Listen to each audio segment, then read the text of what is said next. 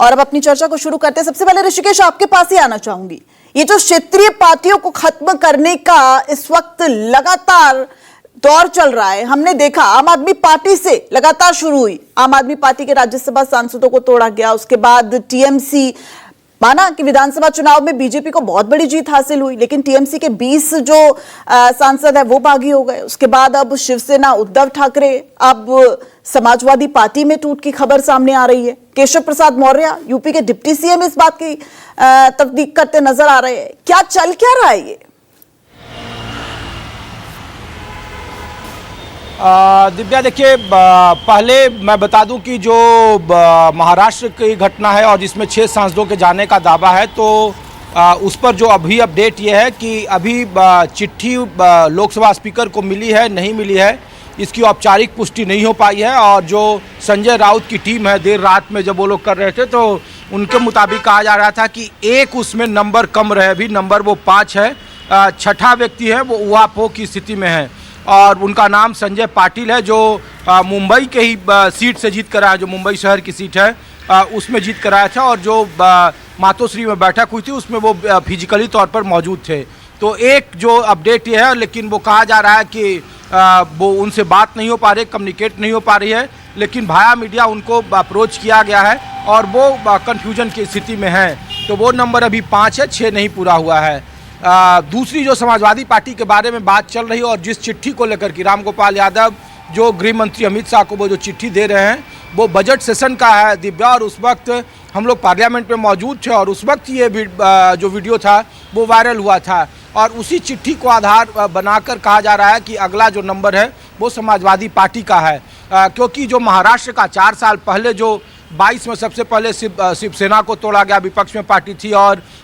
ये विधानसभा चुनाव के पहले और फिर उसके बाद एनसीपी को तोड़ा गया और उसमें कहा गया था कि विपक्ष का जो मजबूत कुनबा है उसको अपने साथ कर लिया जाए और विपक्ष को बिल्कुल बेहद कमज़ोर स्थिति में ले आया जाए। और महाराष्ट्र में मॉडल सफल रहा है। जो एनडीए अलायंस है पिछले बार के मुकाबले ज़्यादा स्वीप, प्रचंड बहुमत के साथ महाराष्ट्र की सरकार में आई।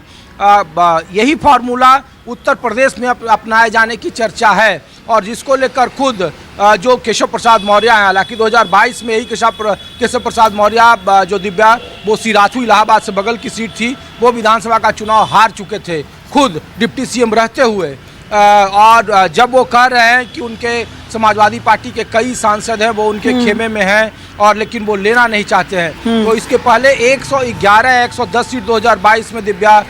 समाजवादी पार्टी चुनाव जीत कर आई थी और उसमें से 9 या 10 एमएलए पहले ही चले जा चुके हैं और जिसको लेकर के फिर बाई इलेक्शन हुआ था और जिसमें कुछ मंत्री भी हैं। इसके पहले जो समाजवादी पार्टी के लोग हैं उनसे जब हमने इसको लेकर बात की तो उन्होंने कहा कि 2016 और 17 में जब पावर ट्रांसफ़र हो रहा था, मुलायम सिंह यादव और अखिलेश खेमा 2 तरीके से बन गए थे, उस वक्त भी शिवपाल यादव को छोड़कर अगर उनके पार्टी में एक डिवीज़न हुआ तो शिवपाल यादव भी अपनी पार्टी बनाकर गए और फिर बाद में विधानसभा चुनाव के ठीक पहले उनकी पार्टी का अपने पार्टी में विलय करा लिया गया। उनके जो बेटा हैं वो बदायूं से लोकसभा के सांसद हैं, जहाँ से धर्मेंद्र यादव हुआ करते थे। तो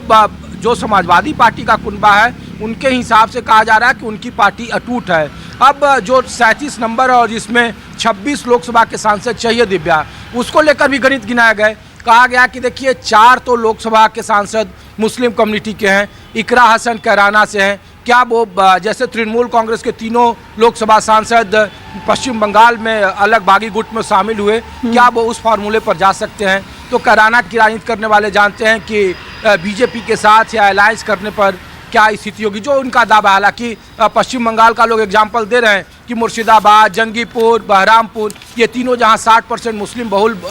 सीट है, वहां के सांसद जब बागी गुट में शामिल होकर एनडीए में शामिल हो सकते हैं तो फिर समाजवादी पार्टी के वैसे सांसद क्यों नहीं बागी गुट बनाकर और शामिल हो सकते हैं या एनडीए को सपोर्ट कर सकते हैं।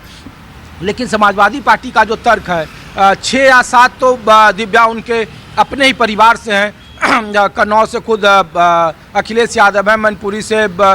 खुद डिम्पल यादव हैं, उनके भतीजे हैं, भाई हैं, 4 मुस्लिम सांसद हैं, ये संख्या 10 हो रही है। 4 या 5 एससी सीट पर 4 सांसद हैं 37 में से जो एससी से जीत कर आए हैं और वो भी मुलायम सिंह यादव के ज़माने के उनके सबसे भरोसेमंद और सबसे लॉयल लोग हैं जिनको टिकट मिला था और वो चुनाव जीत कर आए थे। तो समाजवादी पार्टी का मानना है कि